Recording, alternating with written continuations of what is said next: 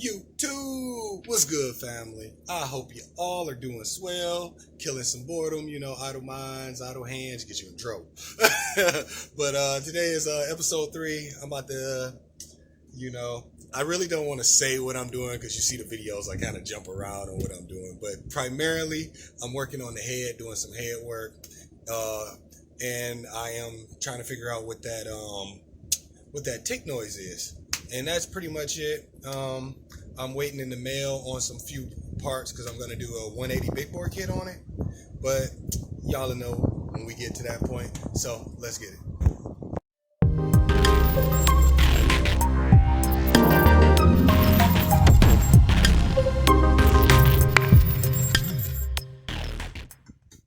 Okay guys, so today what we're doing is we're swapping out the cam. The cam we bought is an A15. I believe that's the highest you can go, if I'm not mistaken. The higher the numbers, the better for low torque. The lower the number, top end. I believe that's how it goes. So first step, you just pop the head off, the 4 bolts on the end. Right here, I took this off to see what the previous owner did to the reed assembly. He actually left it intact. That's fine. It doesn't matter if you take it out or not because it doesn't go anywhere. That hole is actually on the outside, so it affects the head none. The only port is that port right there. That one actually goes in the head.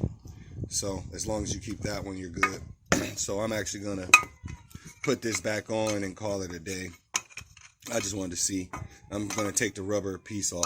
But anyways, he took all of the EGR setup out, but he did not cap the hole right here. He didn't cap it. So this could be one of the reasons why I've been underpowered, is because it was losing exhaust. Or losing pressure wasn't right.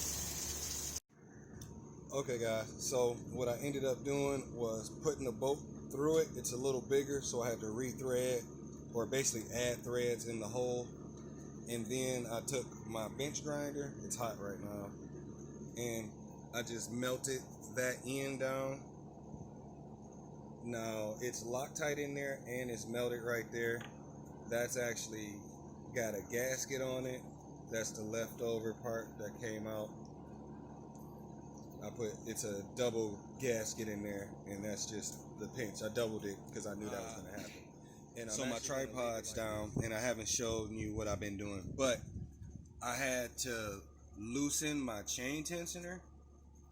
That's the thingy that's under your plastic housing that goes right there. I'm debating if I'm going to put it back on or not. But anyways, so the issue was I couldn't get it on. It was perfectly tight. And that's fine, that works. So that means that my tension was just right. My issue was I couldn't get the cam off. I couldn't get the chain off. So I had to loosen my tensioner to get the chain. Now we could slip it right off right here.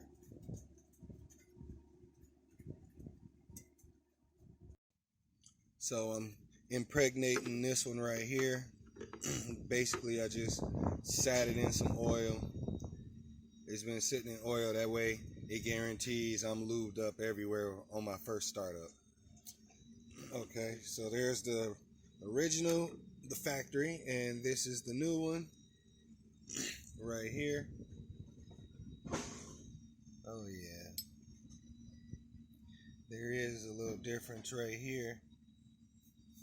This one has a keyway going on, this one doesn't.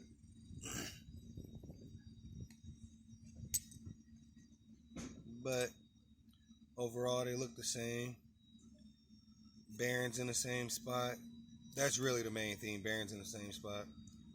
These lobes are definitely different. So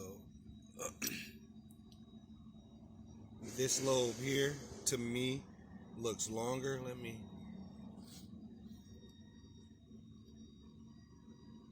try to get it. Yeah, that lobe looks, this one looks bigger.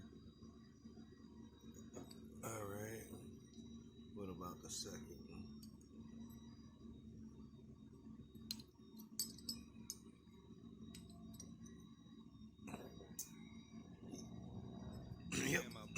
done it too. When you put your cam in, I know this is crazy. The name, the A15, the style type or whatever, that goes at the bottom. The hole that's off size of all your other holes is actually the third hole in conjunction with your timing. I noticed, I've seen like a lot of my friends, they will install their cam this way and be wondering what's going on. You want to install it this way. So you want to make sure that the two left and right on the horizon, those lines, are horizontal with the head. Alright guys, so we got it capped right there. I'm actually going to get, I'm probably just going to grab a screw and screw it in there just to make it look like some work being done. Right here it looks like someone just nipped it. And I know when I buy machines and I see a cut line, I try to figure out what's going on. But so we got everything situated. One issue right here, the carburetor is rubbing on the frame. So I am gonna add, I have this right here. This is my intake manifold, but I have a riser, and I have two risers I'm gonna use to cover that span. I'm gonna run it without the plastic, guys. Personally, I don't like the plastic, so I'm taking it off. Next thing is my throttle cable broke. So a buddy of mine, he had some of the cable stops because he works on bicycles a lot, and he gave me one. But the issue is with the head of the screw, it's too big to fit on the twist throttle. So I have it Loctited in, and what I'm gonna do is just cut the head off, call it a day. Okay, so here's the spacer I was talking about right here. We got a gasket. We're gonna put that Mickey Ficky right there in there. Then we're gonna hit it with a second gasket and then the riser, and we should be good. And the reason I went with this is because the hole is bigger, closer to matching that. It's actually, these holes of my intakes are actually bigger than the hole in here. So that works for me. That's the only bottleneck we get. So I'm gonna put all of this back together and then we're gonna fire up, guys. Okay, so we got everything fixed right here. It's not rubbing, but it's too close for comfort, so I'm gonna sand the weld point down a little bit. So because when suspension hit, I'm just being paranoid where it is going, something's funny is gonna happen, who knows.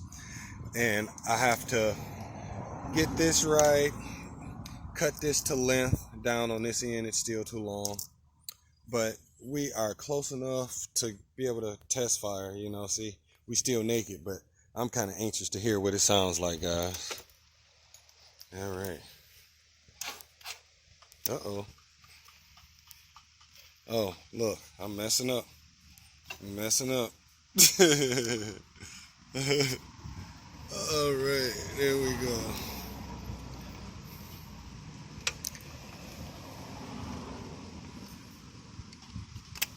Yeah, look at that. She naked right here. I gotta fix all these wires and connectors.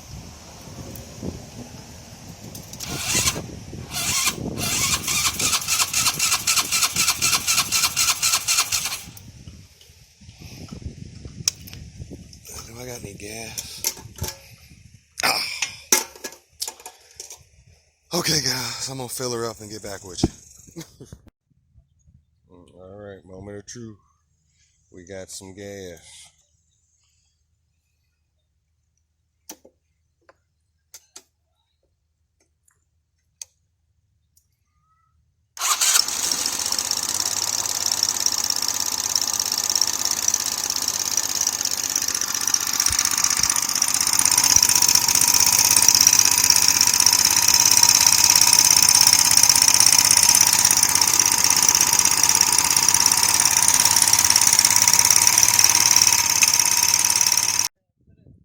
So guys, I just popped the head off. I haven't set it top dead center, but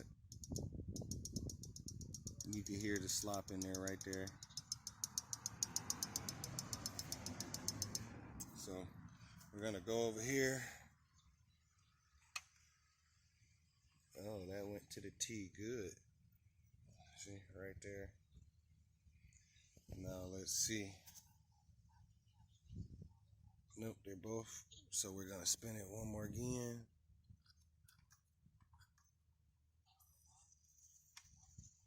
Yeah, that sounds like a compression stroke.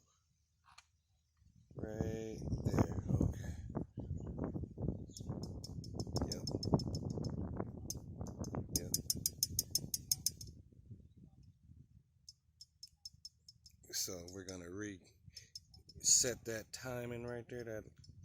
We're gonna set the gap. I'm gonna do 4 on the intake, 7 on the exhaust. That exhaust is really loose. Like, look at that. That exhaust. I can just touch it. But this one, not so much. You kind of gotta move it. Okay, guys. Moment of truth.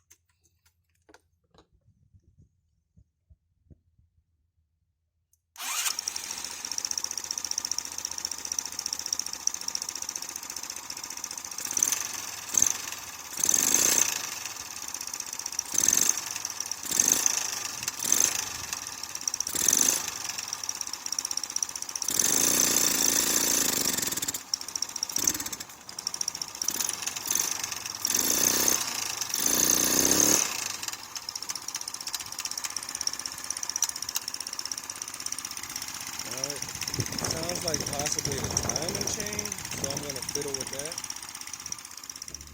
Okay, guys, so I installed one of these. I took the head off. I got the bike all naked. I got her good naked and stuff. But I figured I'd show y'all a video on taking it off and installing it. I actually installed it already. Took the old one, took both of them off, put the new one on. But now what I'm going to do is I'm actually going to lap the valves and port and polish, clean this thing up. Since I got it off, might as well, right?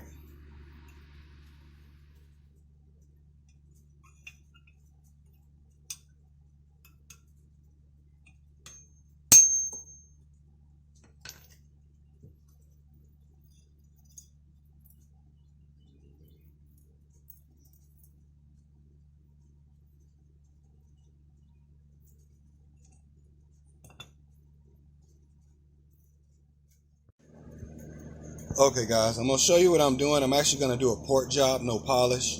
And the reason I'm not going to show you is because, so here I am. When I'm doing it, I actually hold it kind of close to me like this and get in there like so. And I use the Dremel with the other hand, and I just can't get a good view for you. So I'm just going to show you through the process. So I've cleaned over here. Man, it's bright. Let's get over there. There we go. Okay, so what I've done is clean this off on the bench grinder. That's a brass, that's not a steel, that's a brass tip. And I use flat sanding disc. The reason I do that is you get a more consistent removal of material. It's more sanding it away instead of tearing and ripping. You know, when you use like diamond bits, you're kind of tearing it, and you got to have a nice level hand. You got to have that talent. But when you use the little sanding disc, it's more forgiving for oh shits. And what I'm doing right now is I'm just cleaning up. You can see, let me pop the other one out so you can see the ridge a little more.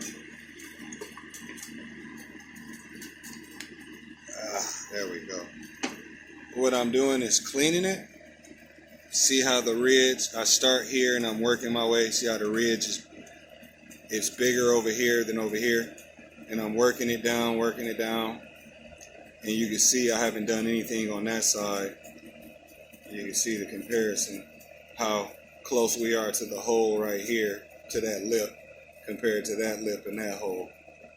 So, and what I'm doing is I'm going for a more consistent flow of fuel and air. So when we're working it, you don't have to worry as much as the little knife edge that's there, like right here. Those are sharp angles that just slows the flow, makes turbulence basically. And I'm just smoothing it out. And the reason I do the wheels is simply you get a cleaner surface while you're going. Like, look how smooth that is. See, that's pretty smooth. And what I'm going to do is just when I'm done, I'm going to come back with by hand, and I'm going to come back with probably like a 3000 grit, and I'm just going to hit it by hand, 3000 grit and some oil. And I can show y'all that process, but this process can't really show you because I have to be close to not hit the seating area of the valve. All right, that's one disc. We're one disc in, and there it is.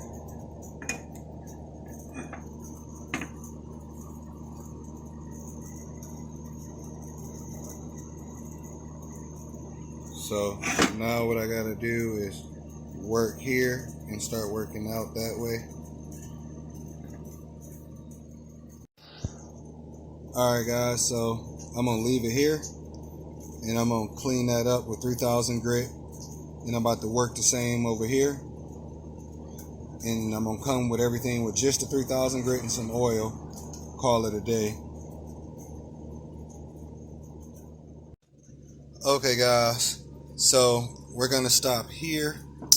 My dang on Dremel, it did some craziness, kind of exploded.